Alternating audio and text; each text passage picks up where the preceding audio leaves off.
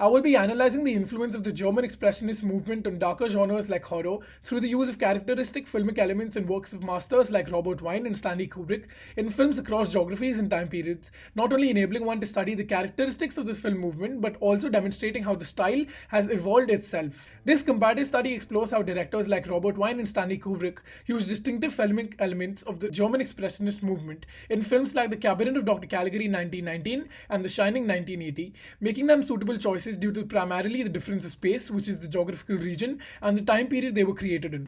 An unpleasant emotion caused by the threat of danger, pain, or harm is what the Oxford Dictionary defines fear as. The first attempt to explore this dark aspect in film, poetry, and architecture was in the German Expressionist movement of the late 1920s, where artists endeavored to put forward their peculiar perceptions of the world, drawing from formalism, being in direct contrast to realism in approach. The ascent of these quintessential terror-evoking methods, whether inching dark figures, gnarled physical features, are all results of this 100-year-old movement. In the dozen years between 1920 and 1932, the so-called golden age of early German cinema, before the Nazis ruined its reputation, led the way for future filmmakers. Beginning with the great pioneering silent films of the 1920s such as Metropolis, Nosferatu and The Cabinet of Dr. Caligari, and continuing with the advent of sound after 1920 in films like Engel, Die Drei von der Tankstelle and M, German films became a model for a distinctive technique and style of filmmaking. Borrowing from the Germans, Hollywood adapted sound techniques, lighting, storytelling and set design. German expressionistic films such as The Cabinet of Dr. Caligari and Metropolis, which interestingly enough were not great commercial successes in that time, became the artistic forerunners that led Hollywood from flat lighting and mundane settings to what would become the more artistic light and shadow of film noir. Often regarded as one of the preeminent films of the German Expressionist paradigm and a maiden horror, The Cabinet of Dr. Caligari released in theatres in 1919, introducing various techniques and methods which are still utilized in thriller/horror films today. Drawing from the typical characteristics of horror theatre and artwork at the time, Robert Wiene introduced his very own aesthetic perception of expressionism, which was an amalgamation of mortality, insanity, and ambiguity. Kubrick's The Shining, on the other hand, aims at amalgamating the defining features of the horror genre, drawing from as far back as the masterpieces of German Expressionism. Presenting the collision between the worlds of supernatural and our concept of reality in an immersive atmosphere, the Overlook becomes more than just a place of suspense and terror, developing into a character itself. Design is very important to the horror element of the film, as the vastness and connectivity of the space tends to frustrate viewers, causing an entrapped sensation. Camera movements in The Shining in most scenes are lopsided and distorted to present to the audience an apprehensive experience similar to that felt by the characters in the film. To further increase viewer tension, the cinematographer maneuvers the camera in a way which deliberately confines frames to exclusively what characters experience through their eyes, especially while they tend to turn or walk into huge rooms. A typical thriller would utilize tilting, tracking, and/or panning to expose additional features, but here the director and cinematographer prefer to fix cameras on characters entering unfamiliar settings, not adjusting the frame to anything but what the character can see themselves. The scene where Jack's wife and son explore the humongous maze is a great example of this technique, as cameras tend to sluggishly pursue them inside, maintaining a certain uncomfortable distance as if someone is following them. Wiene's The Cabinet of Dr. Caligari heavily utilizes craggy angles and defining lines and humongous brooding shapes, helping initiate a menacing, sinister mood throughout the film. Elements that created the mise-en-scène portray sensations of discord and mental uncanniness. These aspects in tandem lend the film a clearly outlandish and illusionary feeling, making viewers feel as if they're truly observing misconceptions of a maniac.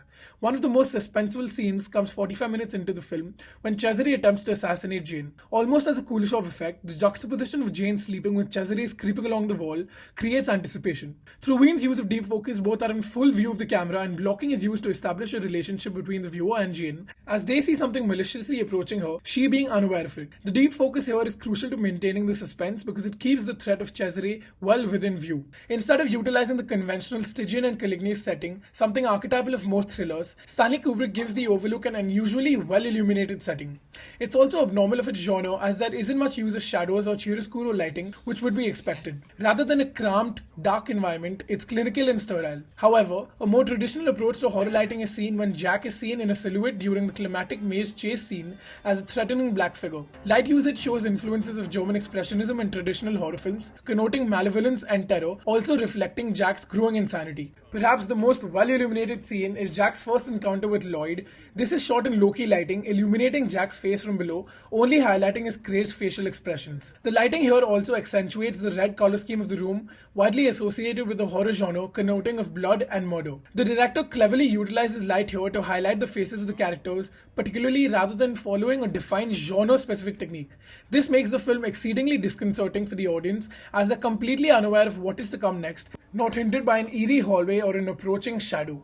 Shadow and light techniques used in the Cabinet of Dr. Caligari are also typical of Expressionism, a classic chiaroscuro method focusing harsh lighting onto the faces of the characters, hiding everything else behind shadows. Considering horror conventions, over-the-top usage of shadows allow them to be signifiers to everything and anything unknown. Cesare is almost always noticed by viewers as a hidden figure, mostly a shadow, and the killings he does can be seen by viewers in the form of ghastly figures on the walls only. Other techniques such as capricious cuts and recurring symbols are used to further heighten the effect created on viewers, as seen in The Killing of Alan, which utilizes harsh shadows with low-key lighting to heighten the drama and spatially disorient viewers. Rather than disfigurement and appalling makeup on the other hand, The Shining relies on editing to unsettle the audience and not tight, eerie spaces along with impulsive, abrupt jump scares, typical of a classic thriller. The director illuminates the Overlook in a very unusual way, accentuating it as a whole, leaving no dark areas, possibly signifying Torrance's delirious and bizarre transformation. In one of the highlight scenes of the film, Kubrick implements a short reverse shot technique to ultimately let the audience experience what it feels to be Jack, placing cameras at a relatively bird's eye view angle nearer to Wendy's eyes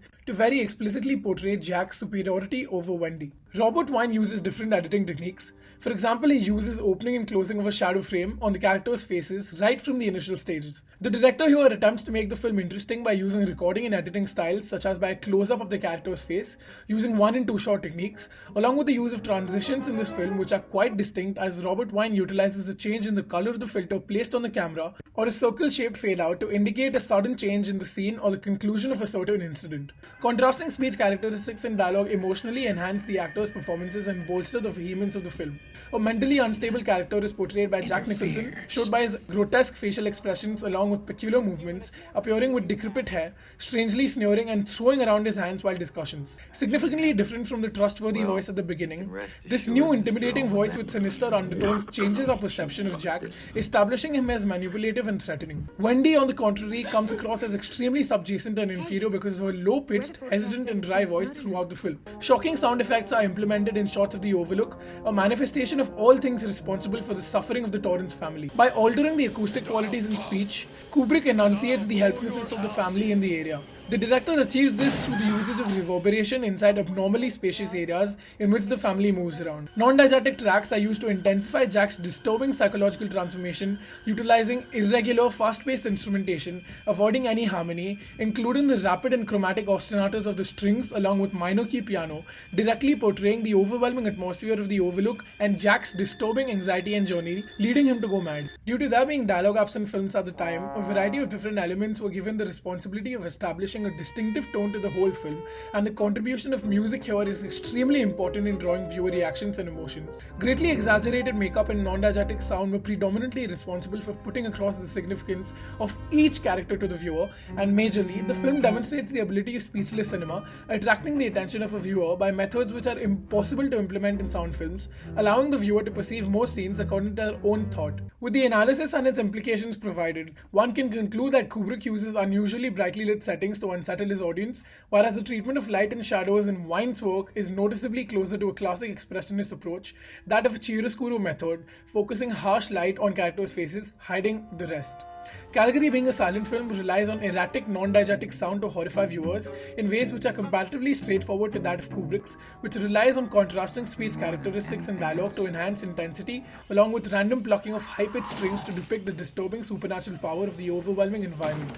Caligari uses the change in camera angles to emphasize a plot twist as well as techniques like deep focus, crucial to maintaining suspense, whereas in Kubrick's The Shining, camera movement is recurrently lopsided in order to escalate the incommodious sensation of viewers. Kubrick follows a very conventional Baroque technique, intricately designing all of his shots beforehand. Although Kubrick's motive was to break out from the conventional horror tropes and create something disparate in nature, he too heavily draws from the lineaments of classic German Expressionism, the commencing point of all horror cinema, similar to the director of The Cabinet of Dr. Caligari, RobertWiene. All in all, we see that both Stanley Kubrick and RobertWiene garner heavily from the techniques of the German Expressionist movement to implement in their own films, trying to imply different ideas with the same conventional techniques, making them similar to an extent even though they differ greatly in terms of the social atmosphere and countries they were made in, and of course the time period.